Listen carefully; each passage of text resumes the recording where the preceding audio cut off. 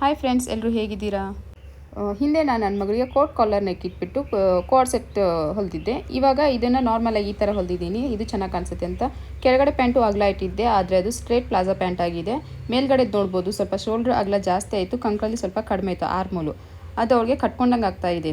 ನಾನು ಬೇಸಿಕ್ಕೆಲ್ಲ ಮನೆಯಲ್ಲೇ ಮುಗಿಸ್ಕೋಬೇಕಂತ ಇದ್ದೀನಿ. ಏನೇನಿದೆ ಅದೆಲ್ಲ ಯೂಟ್ಯೂಬಲ್ಲೇ ನೋಡಿಕೊಂಡು ಕಲ್ತ್ಕೊಂಡು ಮುಗಿಸ್ಕೋಬೇಕು. ಆಮೇಲೆ ಸ್ವಲ್ಪ ಚೆನ್ನಾಗಿರೋ ಟೇಲರ್ ಹತ್ರ ಹೋಗಿ ಕಲ್ತ್ಕೊಂಡ್ರೆ ಆಯಿತು ಅಂತ.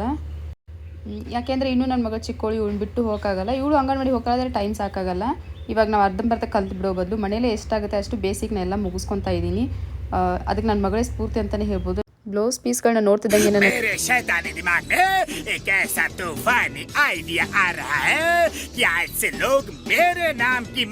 ಇದು ಸ್ವಲ್ಪ ಓವರ್ ಆಯ್ತಲ್ವಾ. ಇವಾಗ ಈ ಟಾಪ್ ನೋಡೋದಾದ್ರೆ ಅದೇ ಹೇಳಿದ್ನಲ್ಲ, ಶೋಲ್ಡರ್ ಸ್ವಲ್ಪ ಅಗಲ ಆಗಿತ್ತು, ಆರ್ಮೋಲ್ ಕಡಿಮೆ ಆಗಿತ್ತು, ಅವಳಿಗೆ ಚುಚ್ಕೊಂಡಂಗೆ ಆಗ್ತಾಯಿತ್ತು. ಈ ಬ್ಲೌಸ್ ಪೀಸ್ ಕತೆ ಇಷ್ಟೇ, ಯಾವಾಗಲೂ ಸ್ವಲ್ಪ ಚುಚ್ಕೊಂಡಂಗೆ ಆಗೋದು, ಎಳೆ ಬಿಟ್ಕೊಳ್ಳೋದು ಆಗ್ತಾನೆ ಇರುತ್ತೆ. ಪ್ಯಾಂಟ್ ಕ್ವಾಲಿಟಿ ಸ್ವಲ್ಪ ಪರವಾಗಿಲ್ಲ, ಒಳಗಡೆ ಲೈನಿಂಗ್ ಕಾಟನ್ ಹಾಕಿರೋದ್ರಿಂದ ಚೆನ್ನಾಗಿ ಬಂತು. ಮೇಲ್ಗಡೆ ಲೈನಿಂಗು ಕ್ರೇಪ್ ಇದೆ, ಆದರೂ ಅದು ಪರವಾಗಿಲ್ಲ, ಚೆನ್ನಾಗಿತ್ತು. ಆದರೆ ಬ್ಲೌಸ್ ಪೀಸ್ ತುಂಬ ಅಂದರೆ ತುಂಬಾ ನೂಲು ಹೇಳ್ತಾ ಇತ್ತು, ದಾರ ಬಿಟ್ಕೊತಾ ಇತ್ತು. ಈ ಥರ ಬ್ಲೌಸ್ ಪೀಸ್ನ ಅರ್ಶಿನ ಕುಂಕುಮಕ್ಕೆ ಯಾರೂ ಕೊಡಬೇಡಿ ಪ್ಲೀಸ್, ಅವು ಏನು ಯೂಸ್ ಆಗೋಲ್ಲ. ಏನಂದರೆ ಏನು ಮಾಡೋಕ್ಕಾಗಲ್ಲ. ಸುಮ್ಮನೆ ನಾನು ಕಲಿತಾ ಇದ್ದೀನಿ ಅಂತ ನಾನೇನೋ ಯೂಸ್ ಮಾಡ್ಕೋತಾ ಇದ್ದೀನಿ. ನೀವು ಅಷ್ಟೊಂದು 20-30 ರೂಪಾಯಿದ್ದು ನಾರ್ಮಲ್ ಈ ಥರ ಪ್ಲೇನ್ ಬ್ಲೌಸ್ ಪೀಸ್ನೇ ಕೊಟ್ಟರೆ ಯಾವುದಾದ್ರೂ ಒಂದು ಲೈನಿಂಗ್ ಆದರೂ ಯೂಸ್ ಆಗುತ್ತೆ ಅವ್ರಿಗೆ. ಅಂದರೆ ಈ ಥರ ಕೊಡೋದ್ರಿಂದ ಇವು ಏನಕ್ಕೂ ಯೂಸ್ ಆಗೋಲ್ಲ. ನಾನಂತೂ ಈ ಥರದ್ದು ಯಾರಿಗೂ ಕೊಟ್ಟಿಲ್ಲ. ಇವೆಲ್ಲ ನಮ್ಮ ಅಮ್ಮಂಗೆ ಬಂದಿರೋದನ್ನು ಎತ್ಕೊಂಡ್ಬಂದಿದ್ದೀನಿ ನಾನು. ಒಳಗಡೆದು ಅಷ್ಟೇ, ಹೊರಗಡೆದು ಅಷ್ಟೇ. ಪ್ಯಾಂಟಿಗೆ ಮಾತ್ರ ಕಾಟನ್ ಬೇಕು ಅಂತ ತಂದು ಹಾಕಿರೋದು, ಅದು ಚೆನ್ನಾಗಿತ್ತು ಅಂತ. ಇದಕ್ಕೂ ಮನೇಲಿ ಅರ್ಶಿನ ಕುಂಕುಮ ಕೊಟ್ಟಿರೋದೇ ಒಳಗಡೆ ಯೂಸ್ ಮಾಡಿರೋದು.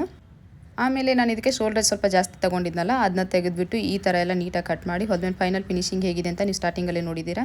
ಈ ಥರ 2 ಸೈಡ್ನು ಕಟ್ ಮಾಡಿ ಮತ್ತೆ ಅದಕ್ಕೆ ಈ ಥರ ಪೈಪಿಂಗ್ ಮಾಡಿದ್ದೀನಿ. ಇದೇನು ಜಾಸ್ತಿ ದಿವಸ ಬರಲ್ಲ, ಆದರೆ ನೆನ್ಪುಳಿಬೇಕಲ್ವ ನಮಗೆ. ಕಲಿತಾ ಇರೋವಾಗಲೇ ಇದನ್ನೆಲ್ಲ ಒಂದು ಸರಿ ಬಿಟ್ಟು 2 ಸರಿ ಮಾಡಿದರೆ ಎಲ್ಲಿ ಏನು ತಪ್ಪು ಮಾಡಿದ್ದೀವಿ, ಇದು ಏನಾಗುತ್ತೆ ಅಂತ ಅರ್ಥ ಆಗೋದು. ಅದಕ್ಕೆ ಒಂದು ಸರಿ ಬಿಟ್ಟು 2 ಸರಿ ನಾನು ಬಿಚ್ಚಿದ್ರೂ ಪರವಾಗಿಲ್ಲ, ಟ್ರೈ ಮಾಡ್ತಾನೆ ಇರ್ತೀನಿ. ಇದಾದಮೇಲೆ ಫೈನಲಾಗಿ ನನ್ನ ಮಗಳು ತುಂಬಾ ಖುಷಿಪಟ್ಟು ಹಾಕ್ಕೊಂಡಿದ್ದಾಳೆ, ಅದೇ ನನಗೆ ಖುಷಿ. ಮತ್ತು ಇನ್ನೊಂದು ಏನಾದರೂ ಫ್ರೆಂಡ್ಸ್, ನನಗೆ ಕ್ರೋಶಾನು ಸ್ವಲ್ಪ ಬರುತ್ತೆ, ಆದರೆ ಹೆವಿ ಡಿಸೈನ್ಸ್ ಎಲ್ಲ ಬರಲ್ಲ, ಚೈನ್ ಸ್ಟಿಚ್ ಅದೆಲ್ಲ ಬರುತ್ತೆ. ಅದ್ರ ಬಗ್ಗೆನೂ ವೀಡಿಯೋ ಮಾಡ್ತಾ ಇರ್ತೀನಿ. ನೀವು ಏನಾದರೂ ಟೈಲರಿಂಗು ಸ್ಟಿಚಿಂಗು ಕಲಿತಾ ಇದ್ದರೆ, ನಿಮ್ದು ಏನಾದರೂ ಪ್ರಾಬ್ಲಮ್ ಇದ್ದರೆ ನನ್ನ ಹತ್ರ ಶೇರ್ ಮಾಡ್ಕೋಬೋದು. ನನಗೇನಾದರೂ ಗೊತ್ತಿದ್ದರೆ ಅದ್ರ ಬಗ್ಗೆ ನಾನು ಯಾವ ಥರ ಮಾಡ್ತಿಲ್ಲ, ನಿಮ್ಮದು ಯಾವುದಾದ್ರೂ ಹೊಲಿಯೋಕ್ಕೆ ಹೋಗಿ ಪ್ರಾಬ್ಲಮ್ ಆಗಿದ್ದರೆ ಅದನ್ನು ಸ್ವಲ್ಪ ಹೇಳಿ, ನಾನು ಅದಕ್ಕೂ ಸ್ವಲ್ಪ ನನಗೆ ತಿಳಿದಷ್ಟು ಹೇಳ್ತೀನಿ.